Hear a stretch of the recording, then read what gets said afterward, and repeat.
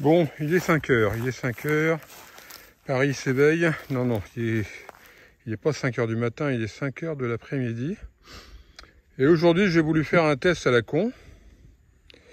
Alors, j'ai pas mis volontairement la clim dans mon mobil-home. Alors, comme vous le savez, le mobil-home, il est en plein soleil. En plein soleil. Et comme vous le savez aussi, aujourd'hui, ils avaient annoncé 37, il faisait 42 dans la voiture. Et là, j'ai peur que dans le mobil-home, ce soit coton.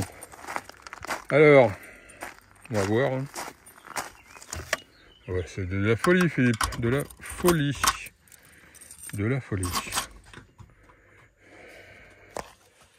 Alors déjà... je me suis brûlé. Ah, quel con. Déjà, il fait très chaud. On va allumer la clim. Hop. Donc là, c'est 20, parce que je l'avais réglé à 20. À un moment donné, il va mettre 47. 47 degrés. Donc 47 degrés, eh bien, je vais poser mes affaires et je vais m'en aller faire les courses. Et quand je reviendrai, 48. 48, ça monte. Allons-y, les enchères. Allons-y. Allez, un petit peu plus. 48 degrés, vous vous rendez compte? Comment ils font tous ces gens qui vivent dans des caravanes, qui vivent dans les tiny house. Les tiny house, je pense qu'elles sont beaucoup mieux isolées que le mobil-home. Là, le mobil-home, il date des années 80. L'isolation, c'est ça. Et à mon avis, ça a disparu. 48 degrés. Allez, adjugé vendu, 48. Allez, on va se retrouver un petit peu plus tard dans la vidéo. Canicule. Et si notre maison était le problème, mais aussi la solution? Les canicules d'hier étaient exceptionnelles. Aujourd'hui, elles sont normales. Depuis les années 90, les canicules se multiplient.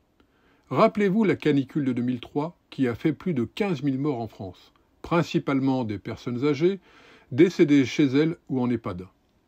Puis il y a eu les canicules de 2019, 2020, 2022.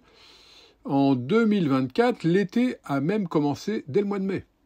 Et cette année encore, en 2025, on étouffe. Ces vagues de chaleur durent plus longtemps, sont plus intenses et reviennent plus souvent. Et nos maisons n'ont pas été pensées pour ça. Elles surchauffent et pour tenir, on fait comme on peut.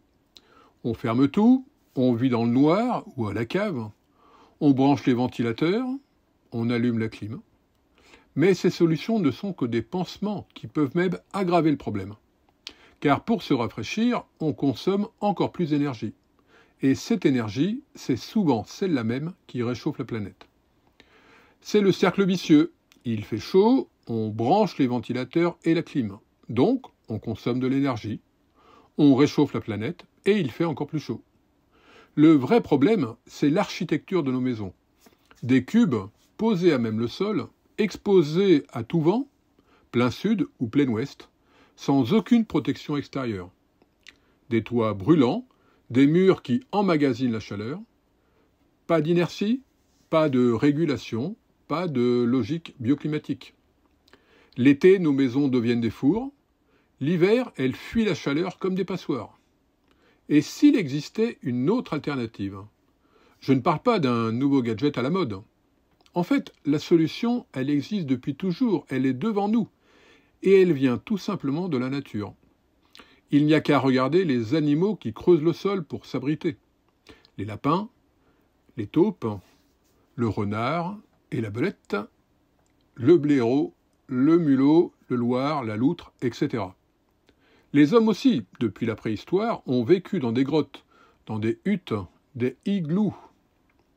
Sous la terre, la température reste stable, douce, constante. Et si nos maisons faisaient pareil? La maison semi-enterrée ou le confort naturel. Une maison semi-enterrée, c'est une maison protégée par la terre.